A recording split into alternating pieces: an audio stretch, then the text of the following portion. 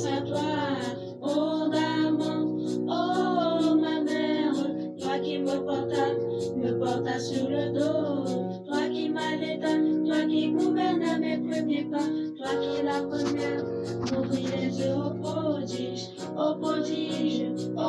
de la terre, oh maman, je pense à toi, femme des champs, femme des rivières, femme du bon feu. Abonnez-vous à notre chaîne pour ne pas manquer nos prochaines vidéos. Likez et partagez aussi pour faire profiter les autres. Je me réjouis une fois de plus de vous accueillir dans mon boudoir, dans votre espace, dans notre espace. Et comme je l'ai toujours dit, j'ai besoin de tout le monde ici, de toutes les femmes africaines. Je vais revenir sur l'argent comme sujet de notre rencontre d'aujourd'hui, car le thème est assez important, il mérite insistance. Je vais m'adresser non pas à vous, mes sœurs, mais directement à nos enfants. J'avais parlé lors de nos précédentes, lors de l'une de nos précédentes rencontres, de l'importance de l'argent dans notre vie et la nécessité d'en gagner et surtout de le gagner de façon honnête. J'avais posé aussi en son temps les inconvénients de l'argent dans notre vie et dans notre communauté. Mes enfants, je voudrais vous poser une question. Mes enfants, qu'est-ce qui fait de toi qui me regarde en ce moment un homme?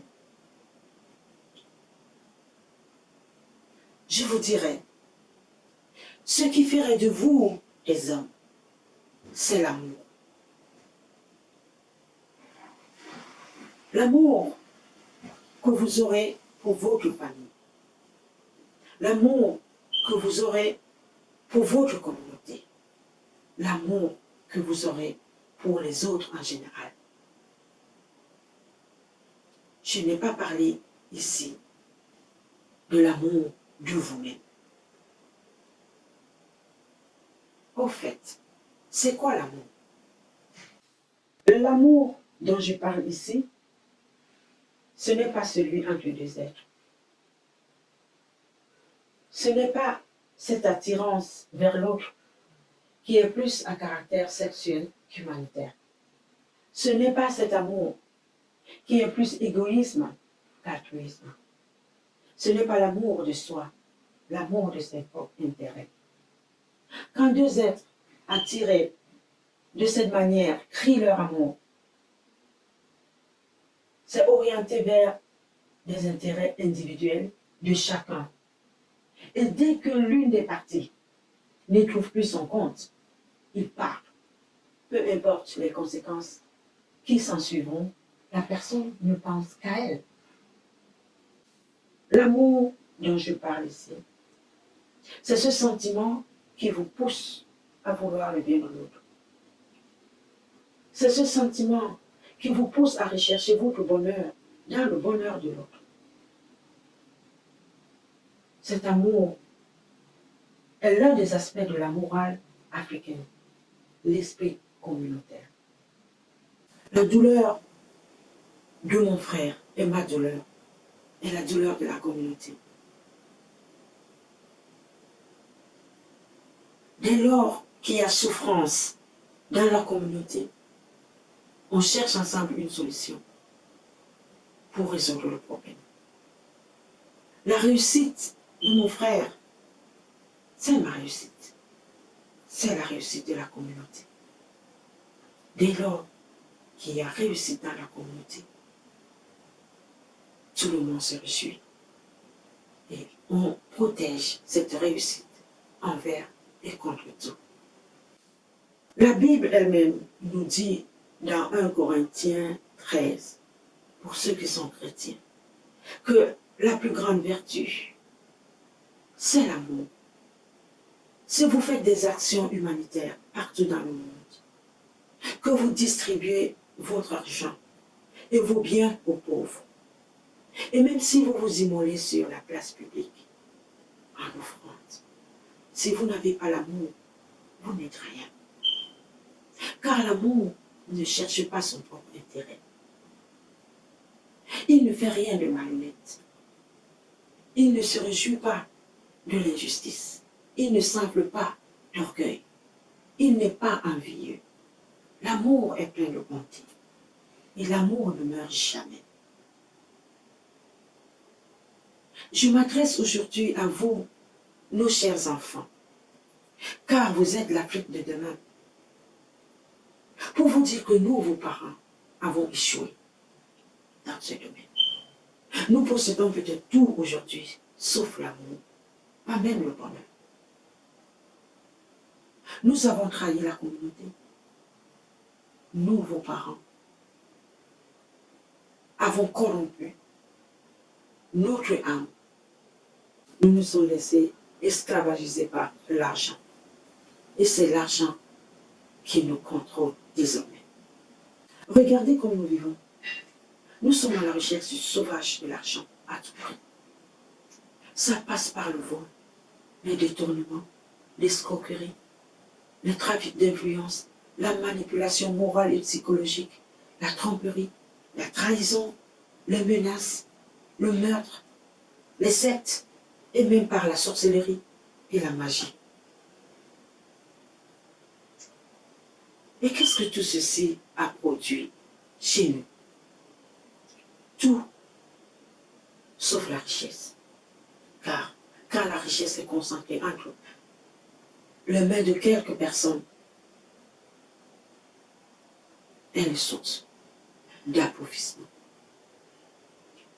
De nos jours, on vit dans la haine de l'autre, la jalousie, l'agressivité, le désespoir, la maladie, l'abandon de la foi, la méfiance, la mort.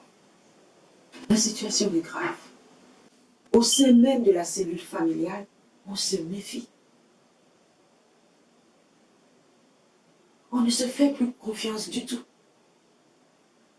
Si quelqu'un dans cette cellule familiale a réussi de nos jours, ou s'il a de l'argent, on peut le dire comme ça, on le fuit.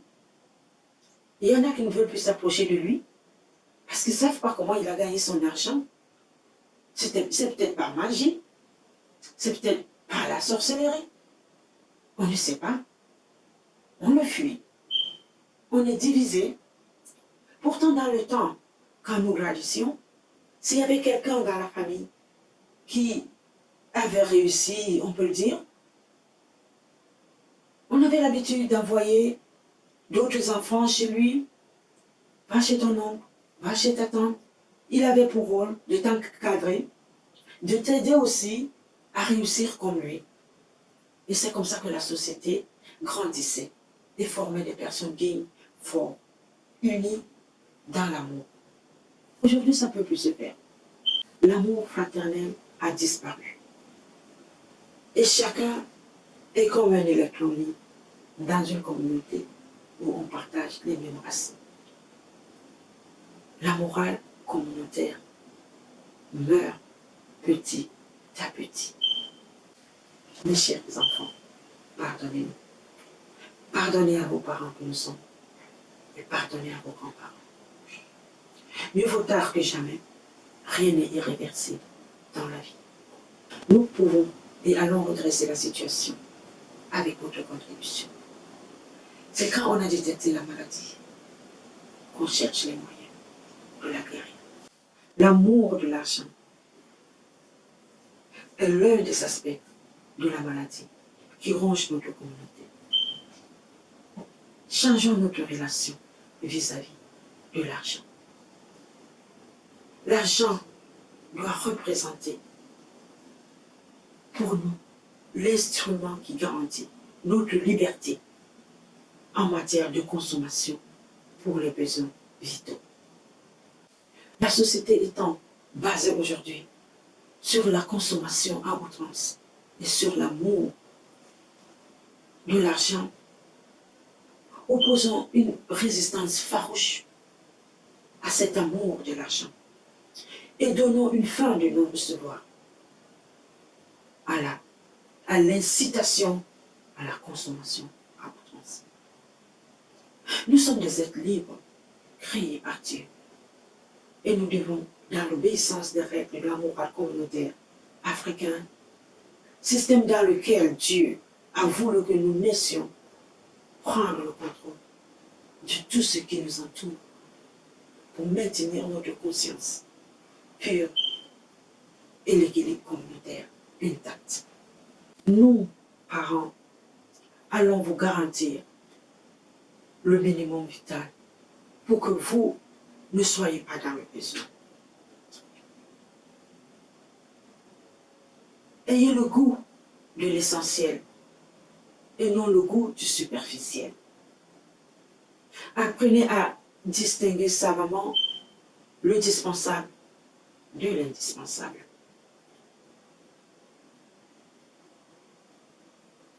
Prenez comme arme de soutien les valeurs de notre communauté, gage de notre équilibre, surtout dans le monde actuel. Nous allons vous donner les moyens pour mieux préparer votre avenir.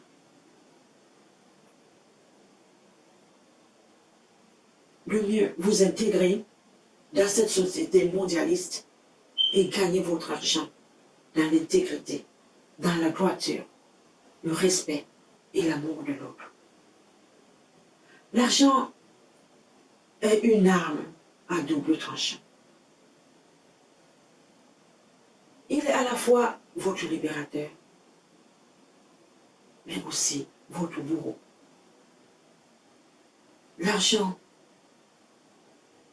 ne fera jamais de vous un homme heureux. On ne vous respectera pas plus parce que vous avez plus d'argent. Mais si vous avez l'amour, vous serez respecté dans le monde. Les grands hommes qu'on honore partout dans le monde aujourd'hui sont ceux-là qui ont brillé par leurs œuvres d'amour que par le poids de leur portement. Je vous remercie. Oh toi ma mère,